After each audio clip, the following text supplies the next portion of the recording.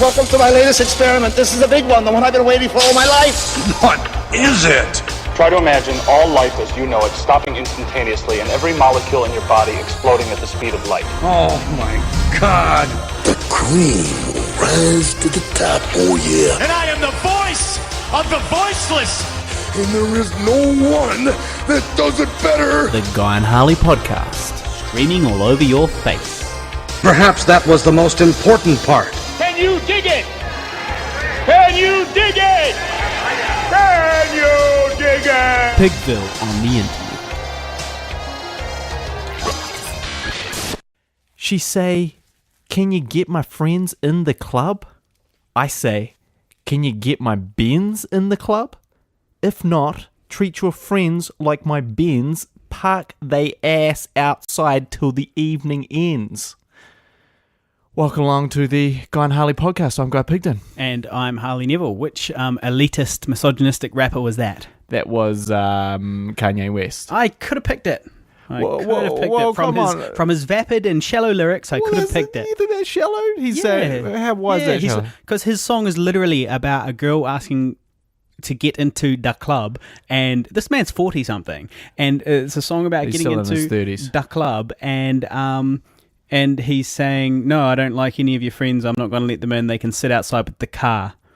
Yeah. And I might add that I've got an expensive car. I think he combined a lot of good things there. Yeah. He dealt with women that are kind of hangers-on, trying to get a piece of him. Then he...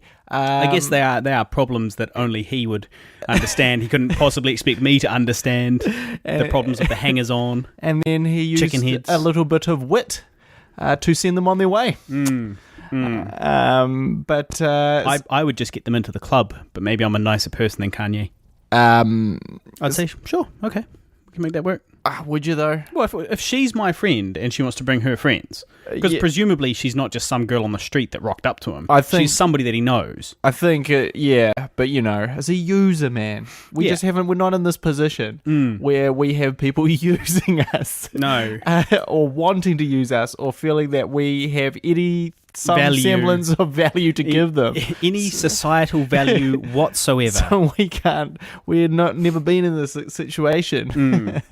Well, I used to work at a popular student club or a popular club, a club popular with students in Dunedin, and I guess I got a wee taste of the high life there. Yep. That I could get people in.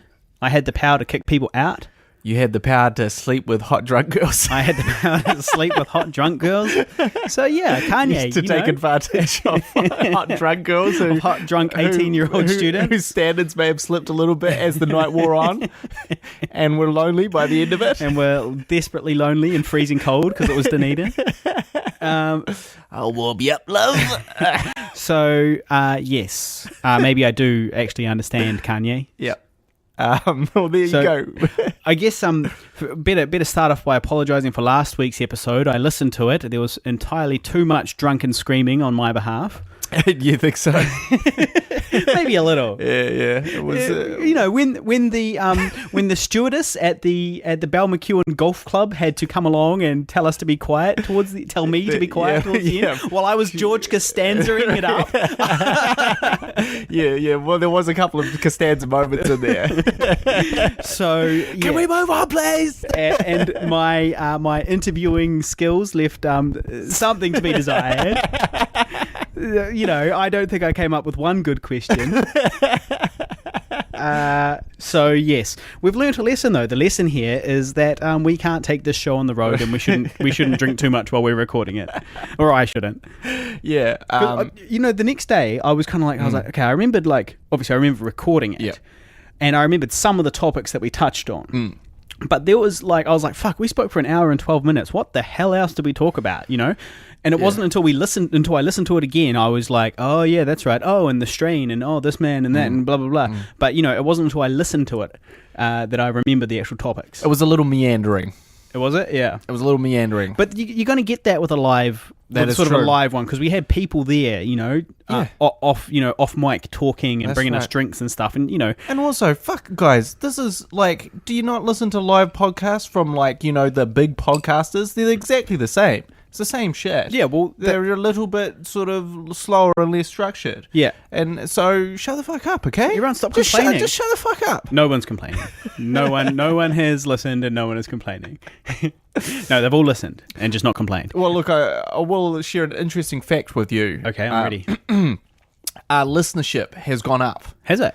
Yes. And since for probably the last 6 or 7 podcasts, the listenership has maybe gone up by 10 or 15. Ooh. And when you only had 50 to begin with, that's pretty good. That's like a 20% increase in our listeners. Well, if we keep up that, Yep. Over another 30 years, we will one day have 1,000 followers. Yeah, exactly. So thank you very much for that. That's probably the addition of my girlfriend now listening to this. Yeah. Now And her mum. Yeah. And her mum. And her mum occasionally. Hello, Mrs. B. Oh, God. Now, just harking back to that meandering podcast thing, as I mentioned last week, I went to the How Not to Be an Asshole podcast, the live recording of it, and that was 2 hours. I listened to it again the other night. Right. And it was 2 hours long and definitely had some meandering parts. Yeah. So I think that's par for the course when you're doing a sort of a live event like that. Yeah. And I would also like to add, they gave us a shout out. Oh, did they? They did. They said, shout out to me, and that people should go and listen to the Harley and Blake podcast. Thank you very much, fellas. So, booyah. So lots of big news on this podcast. Really? Big news. You're pregnant. Number one, well, might as well be. I quit Facebook. Yeah. Piss me off. It legitimately wound you up. Yeah, I'm angry. I'm trying. I've got a social media campaign to run here. Yeah. You should at least just give me your password, and you just Yeah, I no longer. and I'll just run it, right? Right, yeah. Because when you share a podcast, right, and literally there's only 2 or 3 people that share it, like me, Nick Barner, and you. Yeah. And so... and now one of those has been struck down. That's 33% less shares, 33% less likes, So, it's no good. Well, look, it had to be done. It had to be done for me. I'll list some of the reasons. First off... masturbating about your friends. Yep, is inappropriate. Is wrong because I got a girlfriend now. It's inappropriate, and so I can't just be masturbating willy nilly to my friends on Facebook. It's disrespectful. Yeah, it is. It's very disrespectful, both to the friends and to the girlfriend. And so I decided to stop that. Yes, like any good boyfriend would. So if you're a boyfriend out there masturbating to your friends on Facebook, shame on you. Stop that. Shame on you. Stop that. You bold little perv. It's not for that. It's for communicating. It's for connecting people. Not for connecting your penis to people. Yeah. So I've stopped that. I do think that like this whole idea we're all waiting for how many likes we're going to get on this. Oh, I got 10 likes. Oh, I got 20 likes. Oh, it's a funny one. I got 50 likes. That is fucking pathetic. You're insulting me now. Are you talking about me? I'm highly insulted. But it's sad that we've all just come into this culture of and I'm a victim of it. I'm a party to it. I'm someone that was like that. And also, I also think it's bad because the things that you get likes on are always dumb shit. Dumb fucking shit. That might be a reflection upon your friends and the people you decide to surround yourself with. Possibly. But it always seems like your wittiest jokes just fall flat on their ass. And you're like, 5 likes on that. Guess it's not really that funny. And then you post something really retarded. Yeah. And everyone's like, oh, brilliant guy. Well. And you're like, okay. And then that leads you to making ongoing, more stupid jokes. Like your sense of humor gets... you dumbed down for the audience of your your likes validation. So, I thought that was a bad thing. I also think that this is what I always say is every option I have that is not going on Facebook is better than going on Facebook. So everything that I could do as opposed to going on Facebook, such as doing some editing, doing some writing, reading an interesting article, reading a book, watching a movie, watching a TV show, going out and exercising, any of those things, talking to someone in real life, spending a magical night with my girlfriend. Imagine if you said, like, sorry, babe, I've got Facebooking to do tonight. Well, you do sometimes say that happens in that's my But relationship. this is your Sometimes job. That's your job. Yes, but it needs to be your job too. That's the thing. You know, imagine if we had a 2-man strike force taking down Facebook. You know, like, you know, creating Special pages. ops. Yeah, Facebook special ops. exactly, man. So, you know, so that's what I always think. And also, you know, there's this thing that they're talking about now called butterfly brain. Which is basically the inability to concentrate on anything for a long period of time due to the proliferation of app use and internet connectivity, the prime culprit being Facebook. But is there any science behind this claim? There is. So there's science that says that going on Facebook shortens your attention span. That's correct. Science. That's right. These were from scientists. It was a scientific study. You need to put some citations in the New fucking Zealand description. Herald article. I will. We're not going to link to it because I can't be bothered. Because you're not on Facebook. The fact of the matter is, I fucking read this article. That's where I got it from, and I was like, "That's true." When I am on Facebook, I do now have a habit. It's like, "Oh shit, just check my notifications. I'm watching something. Oh, I'll just have a little look at my notifications. Oh, I thought of something funny to post. I'll post that and pause whatever the hell I'm doing." Having sex with my girlfriend, I'll pause that and take a quick selfie. Sorry, I'm sorry. I've got something funny to post, so that's not happening anymore. And so all of these things were, you know, part of my motivation. The main one's just productivity. You know, in terms of my productivity, you know, I will do anything to procrastinate and to stop myself doing the hard things that require extreme amounts of concentration. And we just talked about butterfly brain. Well, I need butterfly brain. I need superpowers of concentration for basically all the important things that I do. And so, you know, it all comes back to that. So I've taken a little break on Facebook. Of course, I'll be back to bask in the adulation of whatever we put out at some point next. So whenever we put something out, you'll reactivate your account to bask in the glory of it. Bask in the glory for a little minute and do some hyping of it. But also my hyping of things has diminished now. You know, I've done a big chunk of hyping. And that's what got me into this horrible Facebook crack addiction, face crack addiction in the first place. You know, and now I'm get up, check my notifications, go to work, check my notifications, take a shit, check my notifications. You know, it's all a downward spiral. But the most chilling thing that I thought about, and this is not just relating to this specifically, more just a chilling thing, is that we're 32. Yep. Right? Now, for a very long period of time, really all the way up until now, we've always looked to our heroes and said, well, you know, in a couple of years' time, we'll be them. You know, in a couple of years' time, we will sort of do what they're doing. And now when I read articles about these people that I admire and respect, they're our age. Yeah. They are actually our age now. Yeah. So it's not in a couple of years' time. It's a couple of years ago. It was a couple of years ago. So, you know, we really need to do something fucking great. Yeah. We really need to start doing some things that are of any note. We need to quit this fucking podcast of and merit. start doing some serious shit. Because, you know, I think that's very chilling is like you're now no longer looking up to your contemporaries. You're looking to the left of you. And they're just far, far better at what they do than you are. And far, far further ahead. And so that is a sort of a very worrying thing. So I just thought, look, I've got to go cold turkey on the old Facebook. You know, I don't need it now with the Tinder. I used it to connect to Tinder. Unnecessary. And also, and I think before you say this, because I know you're going to say it, is you'll be like, well, yeah, but guy, you're stupid. You should be promoting yourself and blah, blah, blah. That's your job. It's not my job to promote Guy Pigden Director. That's Pigville Collective, the Pigville Collective. Yeah. You're the marketing guy. You're the promo guy. You're the Facebook guy. That's one of your key responsibilities.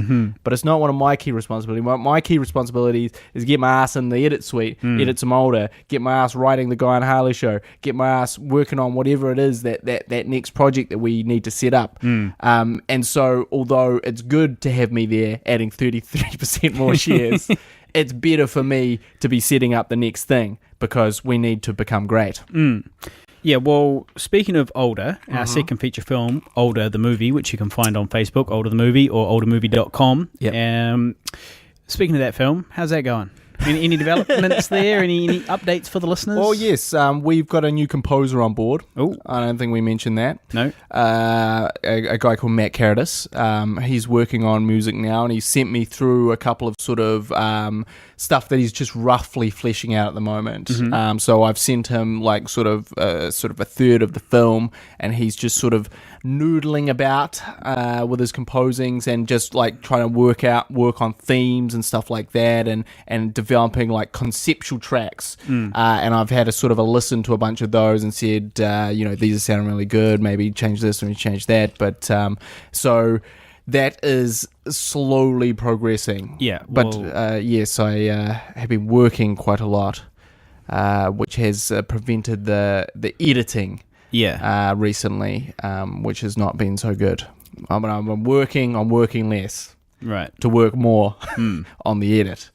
Now, there's another big thing going on at the moment. The Moore Awards. You'll recall these, Harley, from last year. Yeah. Is it that time of year again already?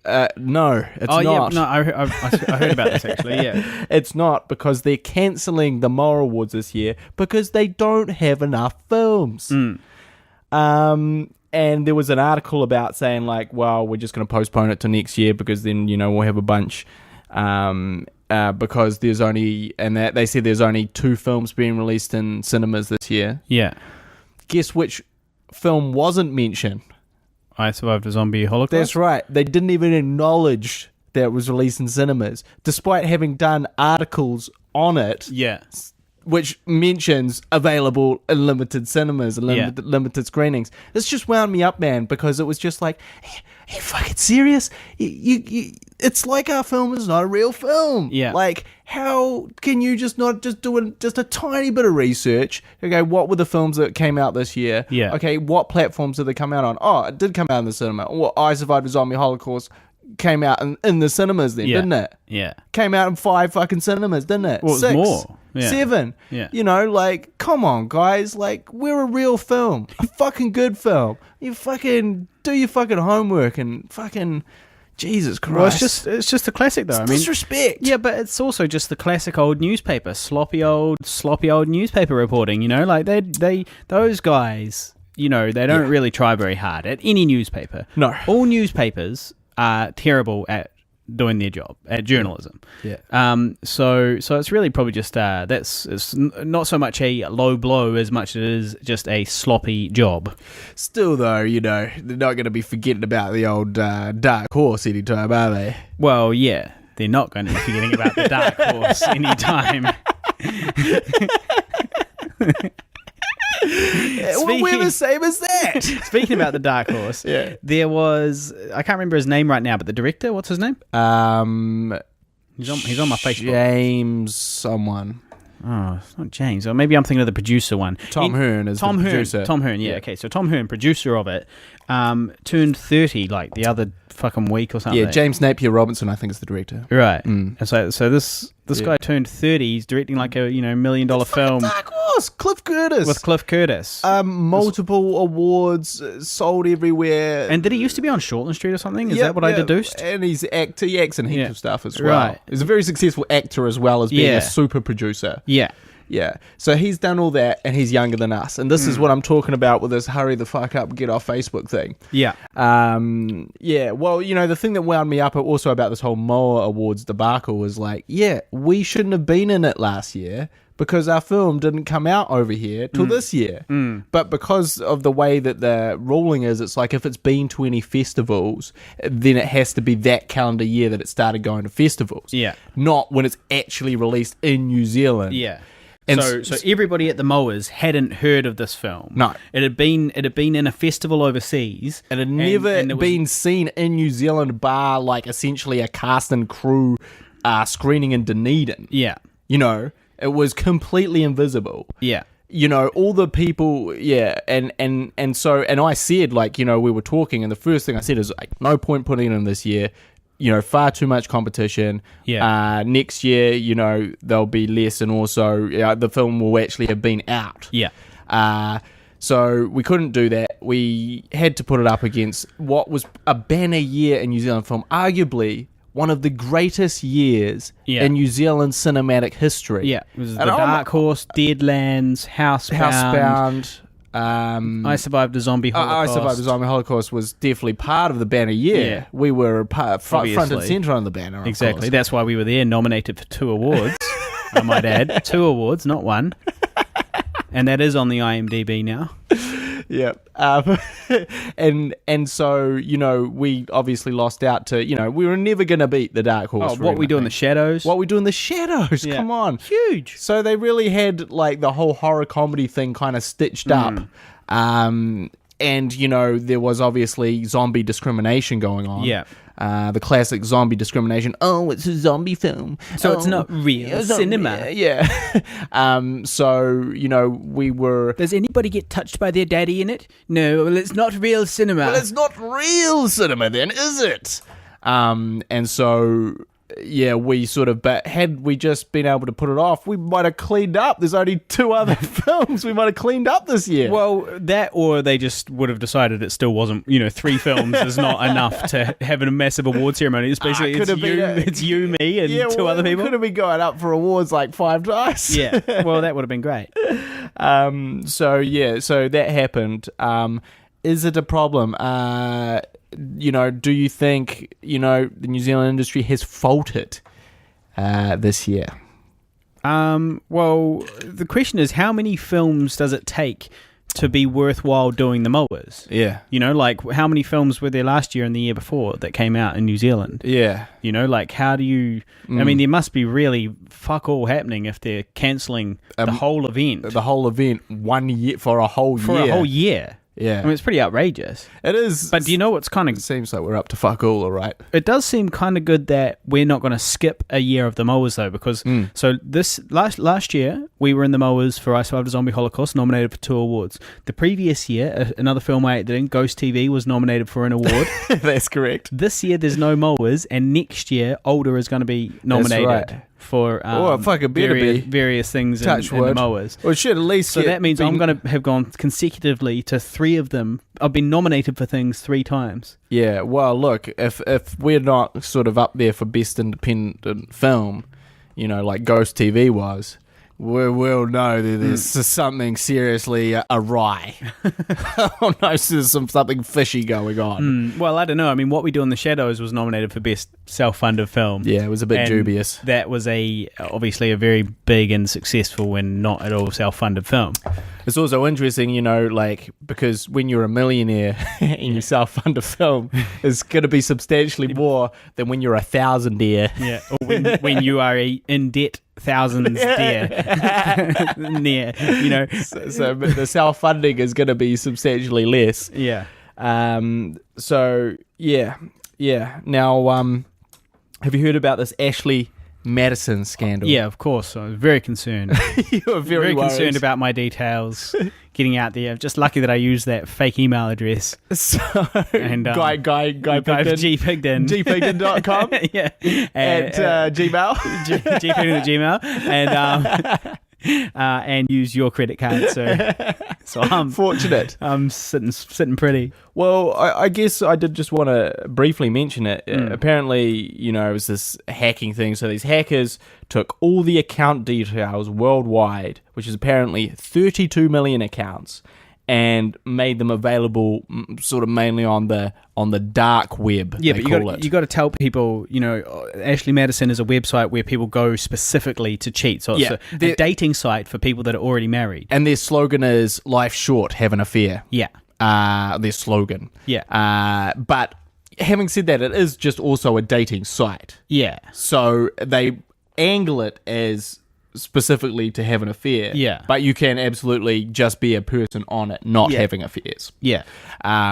So anyway, basically, this means that, all these people shitting their pants because they're worried that their wife is going to check. There's a checker. There's a checker. Did you check it? I went on because it came up. I read an article and it was like, you can just enter in email addresses here to see if they're on there. Yeah, one of those has been taken down though. Right. But yes, there are still several available. Yeah. Yeah.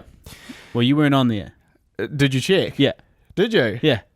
Were you on there? No. and neither was Angie. Okay, so we need to check some more people. We need to check. We need to check a few of our friends. But no, I wasn't on there. But I would have been shocked if you had gone. You're on there, bro. You're on there, guy. Now imagine if Angie was on there. I know. Well, that's your worst nightmare, isn't it? You go to check, hoping that you're not on there, and then you find out your girlfriend is on there. Now, well, to be honest, I only checked it because I was reading this article and I was like, oh, this is interesting. Like, I was like, can you literally just type in any email address and see if they're on there? You know, type in your boss's email address. You know, and you can, and you did. and he's on there, and we're having a date next week. And so, anyway, apparently there are 22,000 New Zealand accounts on there, which is quite a lot. Yeah, seems like a lot in a nation of 4 million people. That's quite a lot of people.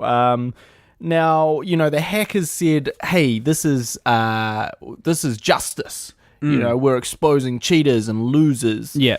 Your thoughts? The fucking morals police. Fuck them. Like, you know, like they have no right. They don't. Like, it's bullshit. Like, get off your fucking high horse, you wankers. Like, honestly, what a horrible thing to do. It's like, just mind your business. It's nothing to do with you. Like, don't go out there ruining people's lives, breaking up people's marriages, you know. And there's other aspects to it as well, which are like, you know, people that were dumb enough to use their work account, their work email address, which evidently has happened because they found government officials and so on Absolutely. there. Right? Now, that can lead to problems at their work. But also, I read an article the other day saying that, you know, a lot of lesbian, gay, bi, and transsexual people are being outed, you know, like secretly, because basically they were on there, and you can find out the information of sexual preferences and stuff as well if you're looking through all this data. And so basically, like, people's lives all around the world right now are being kind of like disrupted and, you know, in some ways ruined because of these guys, these people who decide what is morally, you know, correct and what should be allowed and what shouldn't be allowed. And it's like, well, I'm not saying that cheating's good, but I'm saying that it's not your job to out these people like they're fucking criminals. Also, you know, name and shame them publicly like they're fucking rapists or something. You know, like you know, like consenting adults are having sex.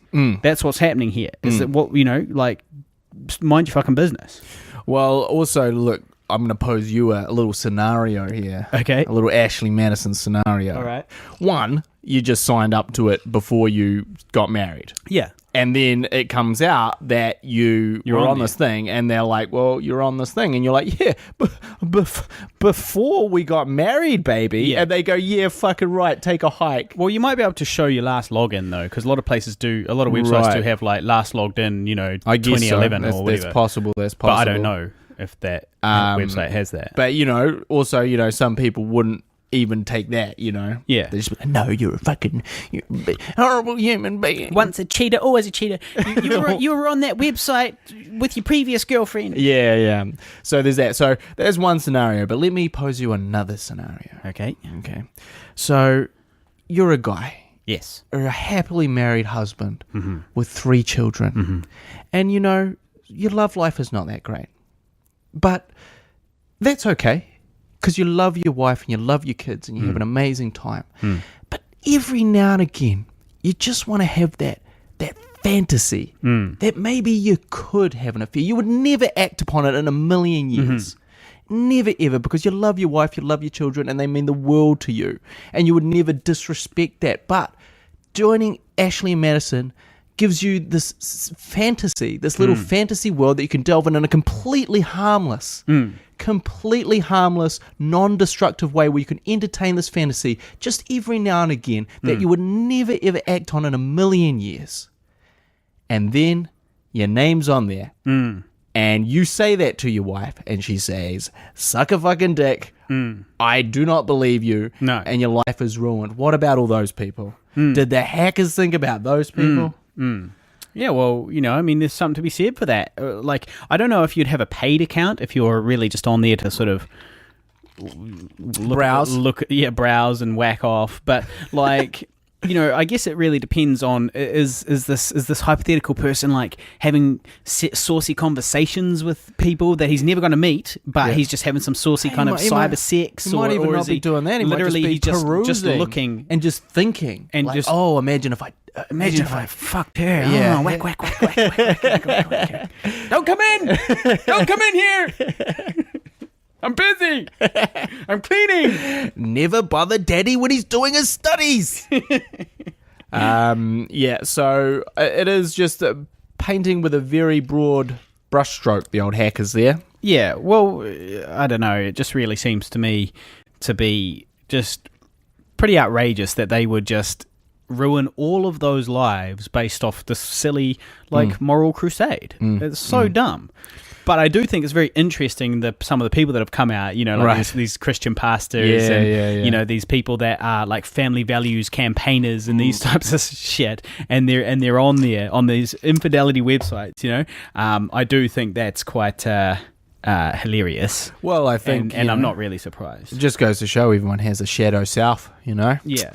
Everyone has a dark side. It also goes to show, though, that people that get all up on their high horse in public about stuff, they're always doing that stuff in the background. It's like homophobes, They're always gay. Yep. They're always secretly gay. Yep. Always. Like, if you're homophobic, admit it. You want the D. A little bit. You want the D. So I actually kind of use that as my gaydar now. So, doesn't like gay people. He might be a little bit gay. Probably gay. Yeah. So yes, anyway. Get off your high horse, you moral police. But don't hack us, please. But don't hack us, for the love of God. Whatever you do. Please. Jesus Christ. You don't want to see all those dick pics I've got, So No, you really don't want to see those. No. No one does. Not even the people I send them to. Genuinely no one. I did also have this thing. I just wonder, I'm going to throw something out to you. All right. Throw something out to you, right? Okay, all right. This is more of a, do you ever have this sort of thing? Okay. So... Putting yourself out there, eh? Okay. Yeah, this is what I call the post-sex smell, right? Yep. Okay. So you've had sex. Yep. Right. Now you have a combination of semen, sweat, cunny juice, pubic hair, feces, maybe Vaseline, urine, all blood. Look, you're going a bit far now. But you have all those things, right? You put your boxers back on because you can't shower all the time. No one can shower all the time. Well, you're not going to have a shower post-coital if it's late at night. Well, it's particularly also if you had a shower just beforehand as well. You Yeah. just shower again. Yeah, no way. How many showers? What if you had sex 4 times? You have 4 showers? Have one in the morning. You're just stewing that. So there's the thing, and then what? And then you put your boxers back on. Why does your pubic hair smell? Well, no, it's a The common smell of pubic hair. Just think about My the pubic hair doesn't smell. retains the smell of whatever. That's the whole. That's the whole point of pubic hair.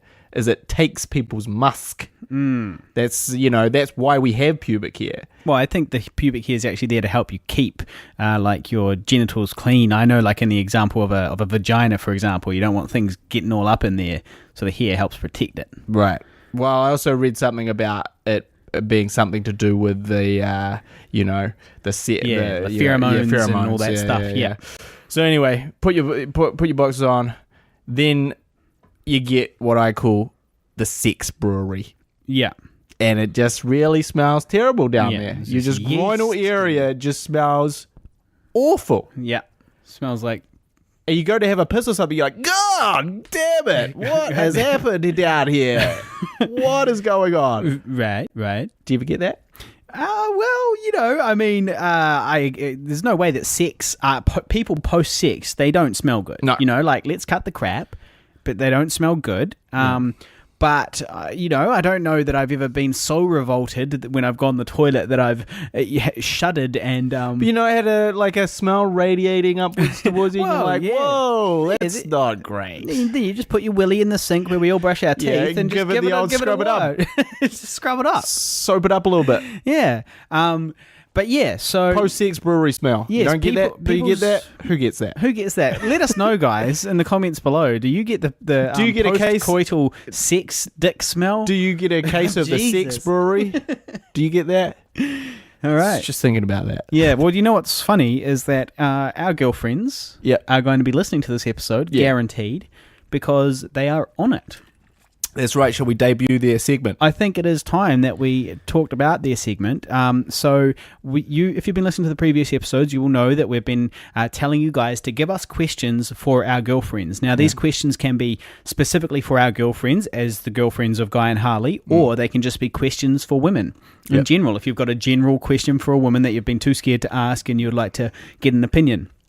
So we got our first question last week. We have the ladies. They are going to give their expertise on it. Yeah. So we have been deciding what we're going to do name-wise. What are we going to call this? You know, we need a name for this segment, right? And what have we got so far? Well, you know, we've got... It's very difficult to settle on a new segment name. We give it a lot of thought. So, you know, we had a couple... Ladies love cool questions. Mm-hmm. Ladies of the Pigville Mansion. Mm-hmm. The Vagina Dialogues. Mm-hmm. Or VD for short. I like that one. Inside Shelley and Angie. That's a good one. Or perhaps Wide Open with Shelley and Angie. I also like that one. Then, you know, and they're all okay, but we came up with a sort of a better one. Yeah. Which we, a couple of cunts. That's what we bandied around. Well, they're two girls. A couple of cunts. So it's a couple of girls, a couple of cunts. I thought that was a great idea, and we were going to go right ahead with it until it became apparent that it might be incredibly disrespectful to refer to our girlfriends as a couple of cunts, particularly given the fact that, you know, our girlfriends' parents may or may not hear this. And how would you feel if some little shit was calling your daughter a cunt? Yeah, exactly. Publicly. Why be so crass, you know? Why be so crass? So, you know, there's also the variation to completely change it. Couple of good cunts. Yeah. You know? Changes the meaning. But anyway, we did... But so basically we vetoed that idea. That was shot down. We shut that down. We said we're not going to do it. But that was not before we thought up and rehearsed this awesome new introduction. A couple of cunts. A couple of cunts. A couple of cunts. A couple of cunts. A couple of cunts. So the boys are sharing their lives, and now they're sharing their mics with us. Yeah. So I'm Shelley. I'm Angie. I'm Harley's girlfriend. What a privilege. And I'm Guy's girlfriend. And so we're trying a new thing about you guys asking the girls, us, questions. And we have our first question. Exactly. We have an American guy sending us a very important question about his life. So Shelley's going to read us what the situation is, and we're going to try to figure this out. All right, so this is what he sent. Okay, I'm supposed to hang out with this girl. We were seeing each other for a while, last December to February.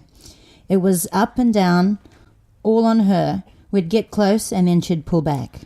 On Valentine's, neither of us had plans, and she invited me to house sit with her at her dad's place.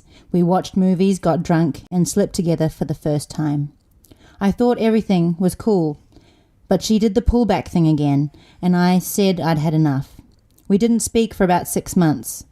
We have run into each other a couple of times recently, been talking again, and are supposed to hang out soon. So my question is to the girls, will anything be different, or am I just setting myself up again? All right, Angie, this is quite a great question, interesting question. We've all been there, I think. Yep. Either being the sort of the hanger-oner or the hanger. Absolutely. So what do you think, Angie? Well, we do have to mention that he sent as well some messages that they have been sending to each other lately. And to be honest, I think she's not very keen. It sounds like he's on the hook, I think. Yeah, he's totally there trying. But I can see that from the very beginning, this was not working. So I saw this question first, and I thought, it really depends on the person, but it depends on her. Whether she's just confused, whether she really is into him but doesn't know how to show her feelings. Yeah. But now that I've actually seen some of the actual conversation that they've had, Yeah, she's not really there. I think he really likes her. I think he really He is really into likes yeah. her, but and he was probably trying hard, but it's not really working. And I think, as you say before, we've all been in this situation, and I think she's very confused, and she might think he's really cute and nice to hang out with sometimes, not quite what she's looking for. There are benefits to hanging out with you, but Yeah. you're not quite Yeah, we can someone that I'd get drunk, watch some movies, and some sex probably, but yeah. It's a bit of a bit boost to the ego, perhaps, for her to have someone like be into her. I think I would actually say talk to her about it. I mean, it seems from the text conversations that he's sent us that he has told her. Yeah. that, yes, I am into you. Yeah, Am I I'm an interested. idiot? Am I an idiot? I am into you. But and it does say that they stopped talking for about 6 months. So it's one of those things that, he obviously has tried to communicate with her. I think he needs to just look and be completely self-confident in himself and be able to walk away from this one. I don't see any good Yeah. ending in this one. I support Shelley. Some people say that's better to keep trying and try hard and show your interest in you. But from my point of view, I would be like, you know what? Next. Yeah. Next. So my advice to you, sir, dear kind listener, is walk away. Walk away.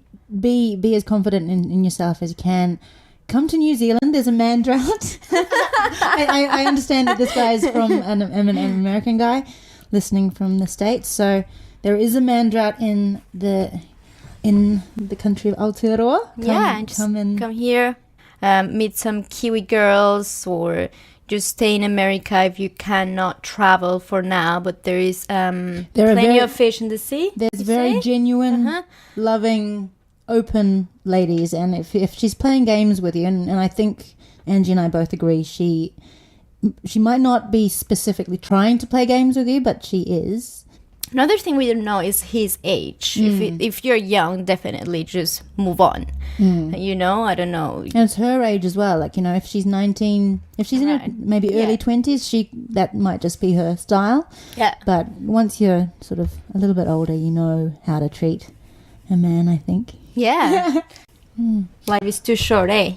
All right, so I think that answers your question. I don't know if it answers the question like you would want us to, but just don't try. Best of luck. And that was their segment. That was their segment there. So that's very interesting. It's very interesting. So basically, mate, to our anonymous listener, I guess they're saying she's just not that into you. It sort of sounds like, to me, like you might be the weekend D, or even perhaps not even the weekend D, the blue moon D. Yeah. And that's a shame. That's a real shame. But, it does seem like if she was interested, she'd be, trying a little bit harder. Yeah. Well, I've got two thoughts on this one. Yep. Now, it feels like, unfortunately, and I've been in this situation, so I feel like I can speak on it. Yep. Is you're the backup. You're the long-term backup. And you're someone that she loves hanging out with. You have an amazing time. You have some great laughs. But she doesn't see you as boyfriend material, right? She doesn't see you as someone that she would want to be with and that type of thing, except when she's feeling a little bit shitty, except when she's feeling hurt, except when she wants to feel loved by someone because whatever's happening in her life or with her potential other romantic partners is not really working out, and you're her safety, you're her backup, you're someone that she can always knows that she can go back to and be like, hey, what's up? And knows that you'll be like, oh, nothing, hey, let's get together, let's hang out. And which is, you know, and that's the thing is like everyone kind of creates these backups in their lives. You know, You can run for your backup. I've been someone's backup, but I'm sure I've had a couple of backups as well tucked in my pocket for a rainy day. But it is, being taken advantage of, really. And, you know, I think, you know, for me, the best thing that I ever did was getting over that. The best thing I ever did was being like, well, okay, you don't see me that way. You don't think that I'm worthy of that position. Well, I'm fucking too good for you. So go fuck yourself. And as soon as I made that mental leap, and it took years, but as soon as I made that mental adjustment in my head, everything was better. My relationships with other people was better. My relationships with other women was better. And, you know, it was like the skies parted, and I was like, oh, okay, look, you don't get it, right? You don't get that I'm an awesome dude. And, you know, I'm better than whoever the hell these losers are that you're currently dating. Well, that's fucking... Or have a baby with. Or are married to and have a baby with. Not to get specific. But, you know, like, that's your shit life, man. But that's no reflection on me, so I'm not going to be pining after some potential thing of someone that doesn't respect me, because there's a million beautiful women out there that do, and there's a million awesome people that that do like me and value me in a much more significant way than you do. So I'm cutting you loose, bitch. Boom. Well, see, that's all sound advice, and in theory, it's totally, you know, it's all true. But in practice, it's a little more difficult. It's very difficult because you see the person and you're like, oh, you know, I actually like you, and I wish you liked me back, and I'm we have keep a great trying. we have a great time together. We have a great time. Well, it sounds. I just want to from his question. It sounds like. You know, they've only actually had sex once. They've hung out a few times and kind of had a back and forth and had sex once, and then... But, you know, that's also not taking into account the flirting, the will they, won't they, the, oh, baby. Well, she's still texting him and stuff, you know. Yeah, but, you know, I think that, you know, in the words of Usher, you gotta let it burn. Right. Well, that's good. Well, what's your takeaway? Yeah. there? No. I mean, you know, you're right. Obviously, the answer there is you got to just move on. But that's you know, I saw her. I saw a picture of her. Yeah. She's hot. So well played, sir. Well played. They always are. Congrats on that one time, even. You know. Yeah. Hats off to you. Well, look, there is this other strategy, which is what I was going to get into. Which is look. Okay, so. Maybe you need to emotionally disconnect yourself, but, you know, you can still hang out with the girl, and you guys can basically both be each other's backup, you know, for those rainy days, and you can still have that occasional sex with a hot girl, right? You know, and kind of, you know, basically like turn it back on her, right? And, you know, you never even know, that might even sort of end up making her like you. Yeah, you know, as is often the case. If you stop being, you know, so as soon as you stop liking someone, they're all over you. They all over Never you. show a woman that you care and you're a nice person, because they'll hate you for it. Rookie move. Being nice to a girl that you like, rookie move. Big mistake. But yeah, so that is the very first episode of A Couple of Cunts, which we're not calling it that until we decide on the new name. Well, ladies love cool questions. Well, is that I liked I like Wide Open with Shelley and Angie, because they're bearing their hearts. Their hearts are wide open, and they're ready to receive your penetrating questions. Your deep questions. Your deep, penetrating, and sometimes hard questions. And so you know, so I like the idea of Wide Open with Shelley and Angie. Right. Yeah. And watch them take those questions. Yeah. And, exactly. You know, deal with them, and you know, share them between themselves. Yeah. Well, look, I did have another one as well. Okay, what was that? The Cuntoning. All female Q&A. Yes. What is that? Is it like the happening? The quickening. The quickening. Like the Highlander, the quickening. The What's Cuntoning. that? What's the quickening? Well, that's when all the immortals converge to fight to chop each other's heads off. And so this is where all the vaginas converge to answer questions. Right. The Cuntoning. Yeah. It's basic. Yeah, got it. It's quite obscure. You ever wondered why we are 32 and not successful? You know, we got to do something great. The cunting. Yeah. This is a reflection of our intellects, I think. We've got to do something amazing. Cunt and A. Yeah. Ugh. Yeah. So all right. So thank you very much. Thank you. I will say it is nice to hear the sultry female tones on this podcast. Yeah, so if you guys did enjoy this segment, you know, please give us questions for next week. So if you have any questions for the ladies next week, go to facebook.com/guyandharley. And while you're there, send us a message and we will anonymously answer your question. So just give us some details, tell us what it is. But remember, it doesn't have to be a relationship question. It can be about anything. It can be about female anatomy. It can be about the particularities of being our girlfriends. You know, I mean, having to wake up next to this hairy back every morning. This hairy monstrosity. It must carry... Must take something out of you. You know, must do something to you. Angie must carry some scars with her, you know. So, you know, it can be about anything. So if you've got a question for the girls, please go to facebook.com/guyandharley and give them to us. And to the anonymous listener, I think, sir, that my best advice, I think, for all of us is, as painful as it is to let go of this potential love of your life, is to move on and get a new love of your life. And this girl was just not smart enough to recognize all the awesome stuff that you have together. So now I've got some big news for you, buddy. All right. You're not even ready for this news. Oh, shit. I'm going to drop this news on you. Okay. You're not even ready. This news is coming all over your face, buddy. Okay. What do you got for me? So we have got our first sales report back from... Oh. This will be interesting. From the Shoreline, our sales agent for I Survived a Zombie Holocaust. Yeah. Now, are we allowed to talk about this publicly? Well, we can't talk probably about the financial numbers. Well, that's what I want to know. Obviously, I want to know the numbers, bro. I'll have to tell you those afterwards. Right. Okay.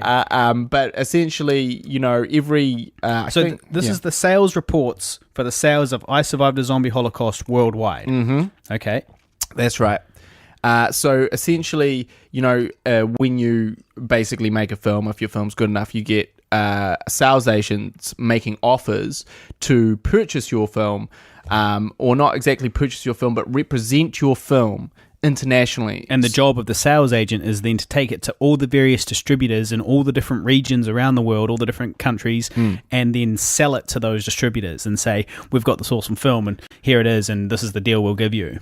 And now the idea is that the sales agent is essentially working for you. They're taking a bit off the top and then you get the rest. Now, unfortunately, that's not always the case.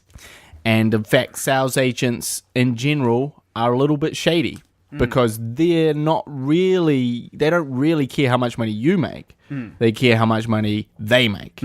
And so a lot of these deals are structured in a way that they kind of take this big chunk up front and then you sort of receive like a lot less in the end, and they do that in a lot of kind of crafty ways that you don't really think about, you know, which I think for filmmakers out there is very interesting to talk about. Yeah. So, for example... I'm concerned that you're saying this and that you've already said the name of the sales agent that we're working with. Well, I'm not suggesting that they are one of these people. Right. I'm more talking about sales agents in general. Okay. And, you know, but essentially one of the key things that they do is they basically, every sales agent will try and charge an upfront fee, which is for sales and marketing of the film, quote unquote, sales and marketing.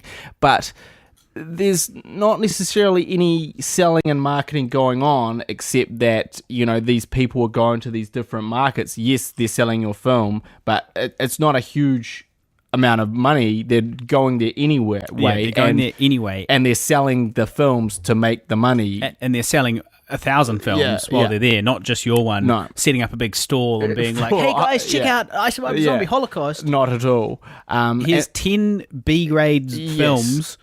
Yeah. Not that ours is B-grade, of course. This is all hypotheticals. Give us $100 and it's yours. Yeah. And so you get into this dangerous thing where essentially the sales agent will put a cap of, say, let's say $40,000, right? And they've got to make $40,000 Before we see a penny. before you see a penny.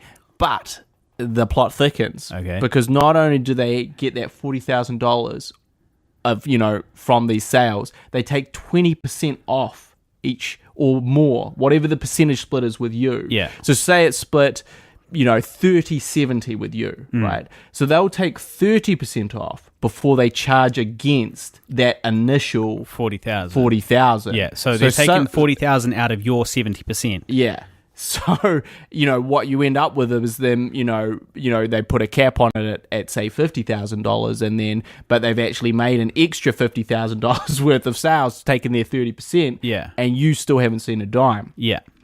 And there's also the risk where they do not cap the sales limit. So they say, it's $50,000 plus additional expenses. Yeah. So, but there's no cap on additional expenses. Yeah. So they make a huge sale to France, and then they go, so we sold it in France for $40,000. Now, obviously, we've got to take off our sales fee, and we've got to take off, whatever's owing on the marketing and sales. But the additional expense was this much, which was the rest of how much we sold it for. Sorry, guys. Yeah.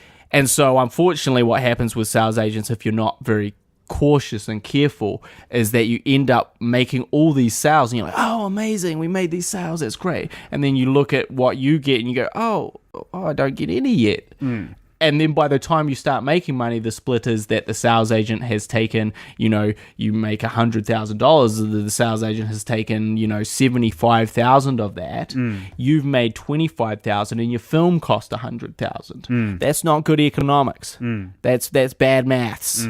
So you have to be very wary when you're sort of making those deals with your sales agent. That that it's capped, whatever that sales and marketing cost is capped, and also it may be worth you considering like offering more money of the split per sale and much less on that initial marketing fee. Trying to really get that marketing fee down to nothing. Yeah. If you can, but that is definitely not customary. So you have to have a little bit of pull, and you have to have your smarts and your wits about you. Yeah. But anyway, our sales agent has just got back with our report, and, I can tell you where our film has sold now. Okay, I'm ready. America. Yep. Germany. Good.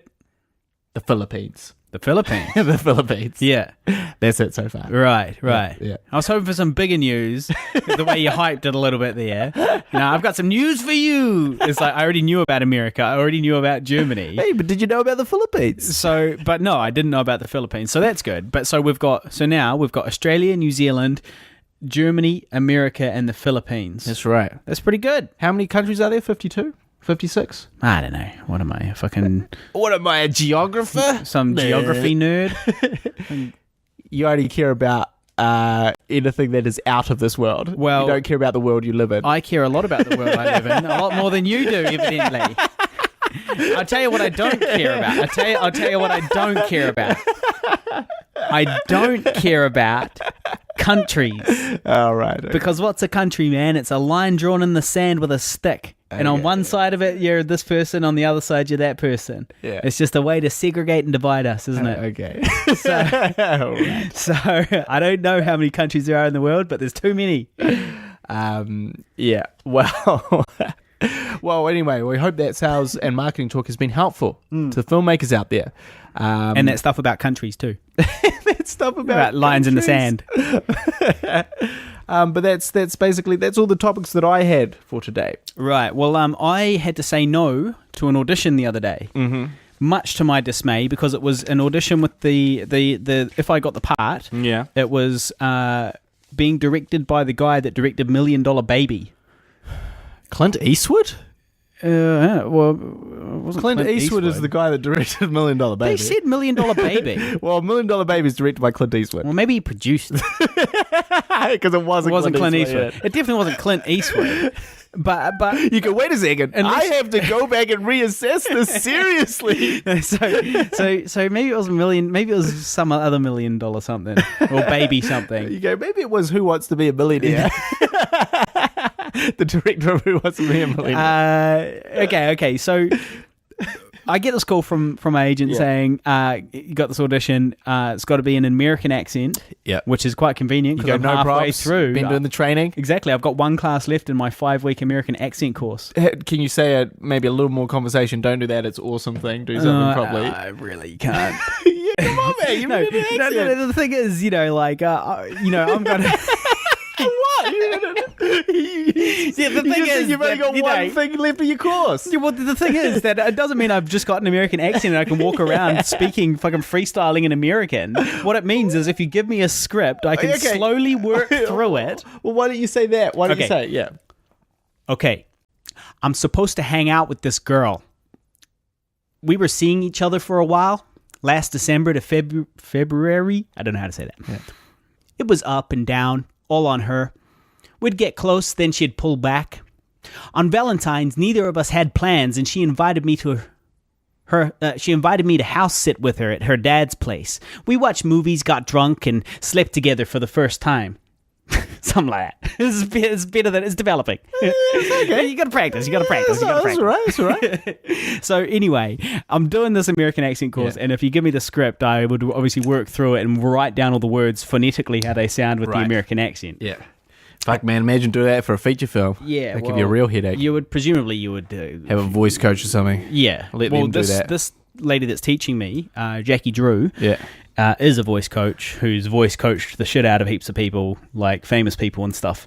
And so, such as Keisha Castle Hughes. And Keisha. She's very good. Keisha. Jackie Drew. So look her up if you're looking for an American accent course. Don't judge her teaching abilities on my American accent. On what you just did. On what I just did.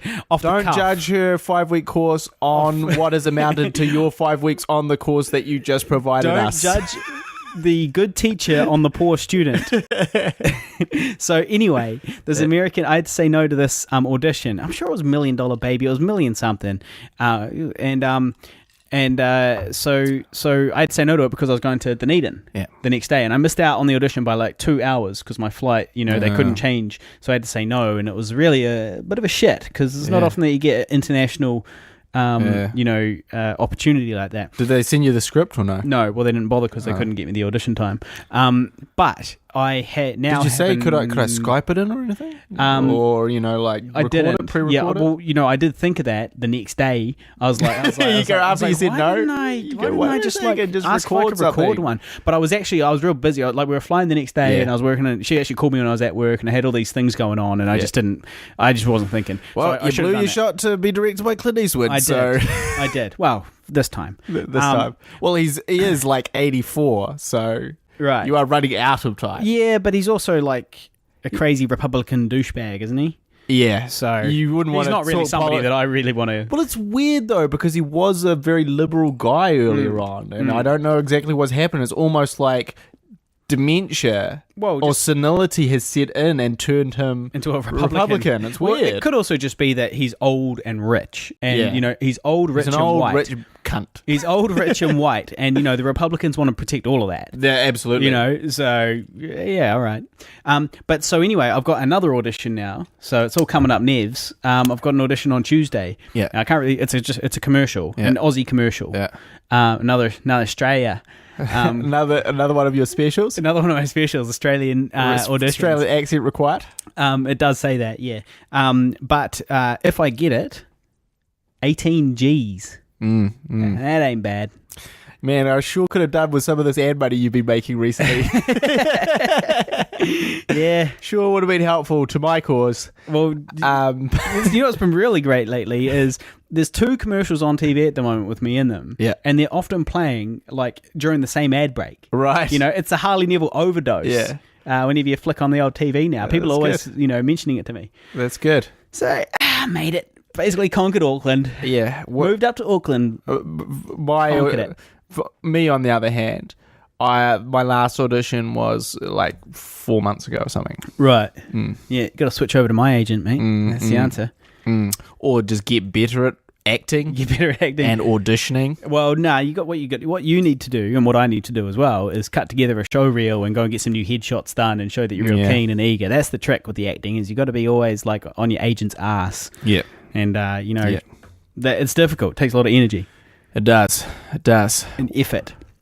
Whoa. Oh, you got anything else? I had one more. Well, but let's go. Aren't you late? I'm late for work, but let's do it. Well, Jesus Christ. Got to get fired, but go on. Well, this is a filmmaking related one. Oh, I love so it. you might like it. Love it. So I got added on Facebook by a gay Mexican man with what appears to be a man foot fetish, judging by his pictures, you know. Yeah. And there were all these kind of like erotic pictures of men's feet on his Facebook. Yeah.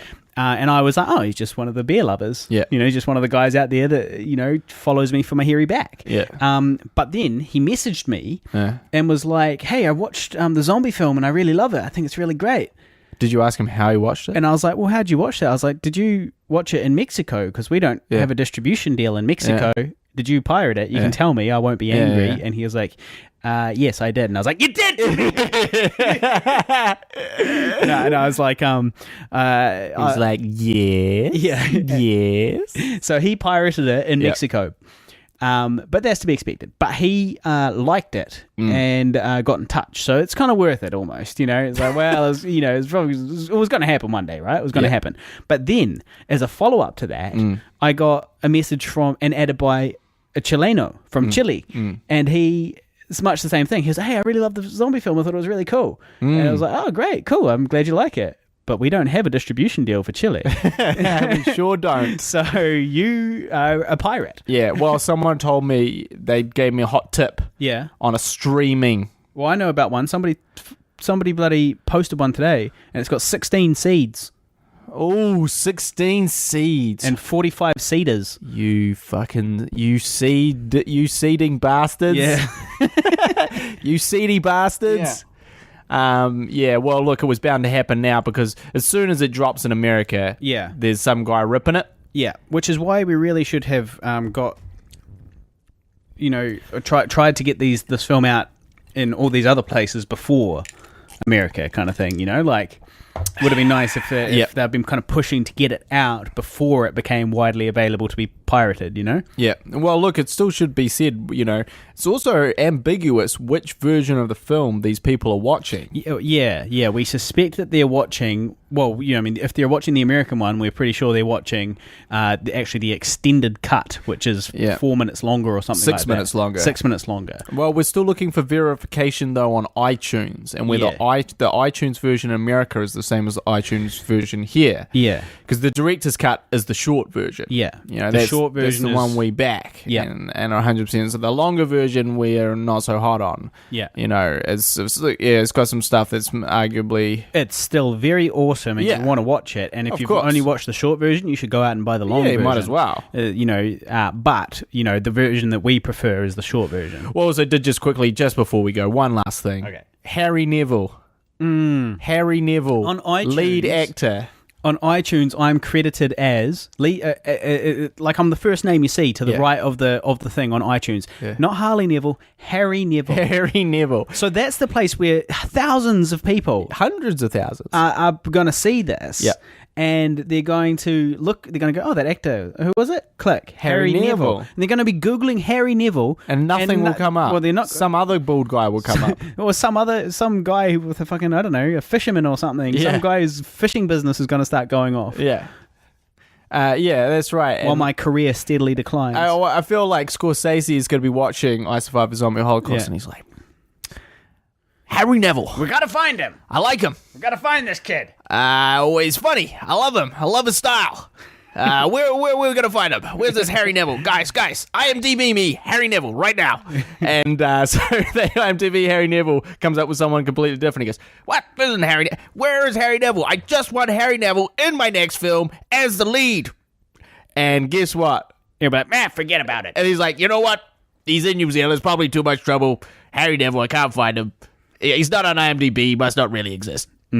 This guy, I don't know who this guy is, but I wish I could get a hold of him, but I can't. Well, look at... I wish I knew, but I can't do anything. Martin, it's in the credits, man. Just look up my real name in the credits. I would love to look at the credits, but I'm way too busy to read credits in movies. I just watch the film, and then that's it. I'm never going to watch it right the way through. Even if it's the first thing on the credits, right at the very end, the very first thing that comes up, Harry Neville. Is it? Yes. Harley.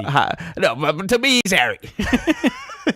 Right. So, So iTunes, sort your shit out, mate. So iTunes, and I have messaged a couple of people about it, and they have done nothing.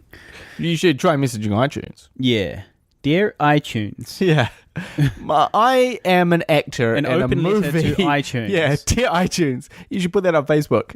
Yeah, what? I just write an open letter to Write an iTunes open ranting letter about to this. Yeah, like, dear iTunes, I am an actor in one of your films. You have credited me as Harry Neville, despite my name being Harley Neville. This is very frustrating because I want people to know my real name, not my name Harry Neville, because that is not my name. Also, you have been told multiple times about this, but you seem not to care that my real name is Harley Neville, not Harry Neville. Are you so callous, iTunes, that you would call someone by their wrong name just because you don't care? And then Yours sincerely, Harry Neville. Harley Neville.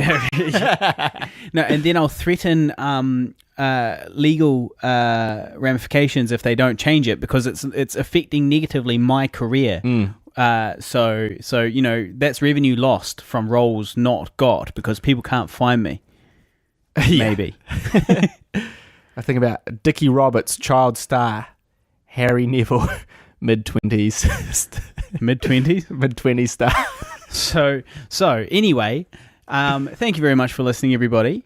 That draws the show to a close. Yes. Remember that if you have questions for the ladies, you let us know on Facebook, Guy and Harley, facebook.com/Guy and Harley. Ladies of the Pigville Mansion. Make sure you give us if you're listening to this on iTunes, give us a big, nice rating and review. Yeah, also pretty important. We never ever say this, but it's also very important to subscribe on iTunes. Yeah, please do. That's really quite important as well. Please do that. Really. You know, so do all those things, and we'll catch you next week. Yep, we will. You've been listening to the Guy and Harley podcast, proudly brought to you by Pigville Productions. Laugh it up, fuzzball.